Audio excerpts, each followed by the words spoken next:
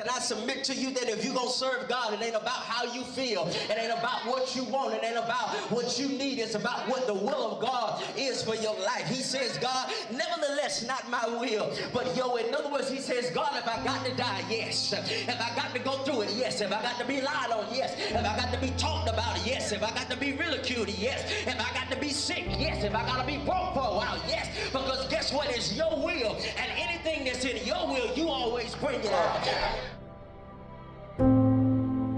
I probably would have never even stepped foot in a church or even wanted to go to church because of how I was brought up. Anything went in our household. Even when I got saved in the kitchen, there were some things going on in the living room that, no child should have been around. But release time gave me that opportunity to be able to grow spiritually, and I do believe that I am the pastor that I am because of the spiritual growth that I got from going to those release time settings.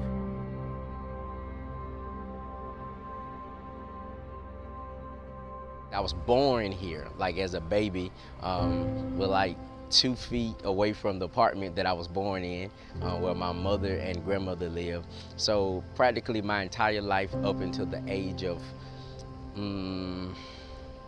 12, 13, I stayed here.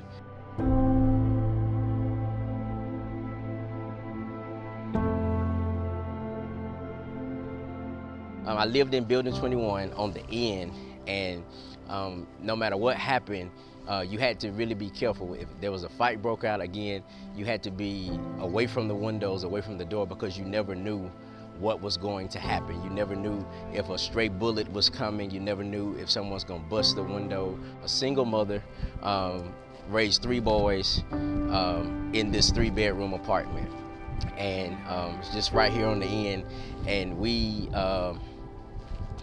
survived the way we had to survive.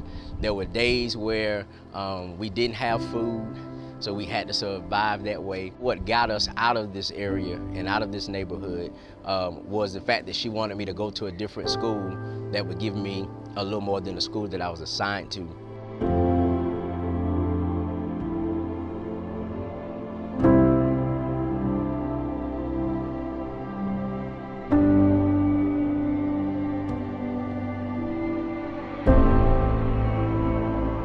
This is where the journey started. It was very sentimental being here to look back and see that my spiritual teaching and my walk with Christ, this is where it started, in a little church across the street from a middle school. And it gave me an opportunity to come to know who Christ is. It gave me an opportunity to build relationship, not only with the people I attended school with, but with the volunteers that took the time to come and to teach us week after week. And I'm forever grateful for the staff and for the vision of the Release Time program, because here is where tears came, here is where the realness of my heart came, and this is also the place where I exposed who I really was to some people that I really didn't even know, and then they exposed me to a Savior that forever has changed my life. And it's a journey that I will not take back, and it's a journey that I would not give up or trade for the entire world. If I never come to know who Christ was, then everybody that I minister to on a daily basis, weekly basis, would never know who Christ is. Now when I look out in the congregation, I can look out, I can see my grandmother sitting there, I can see my mom sitting there, and periodically when my brothers are not at their church, I'll see them sitting there. Sometimes all it takes is one to grab it and to get to know it, and then we begin to spread it, and I believe that's what God has called us to do. Release Time reached me, and now I'm reaching other thousands of people, and as a result of that, it's because of Release Time. So Release Time started with reaching one, and now I'm reaching hundreds and thousands, all because of the seed that was planted in me.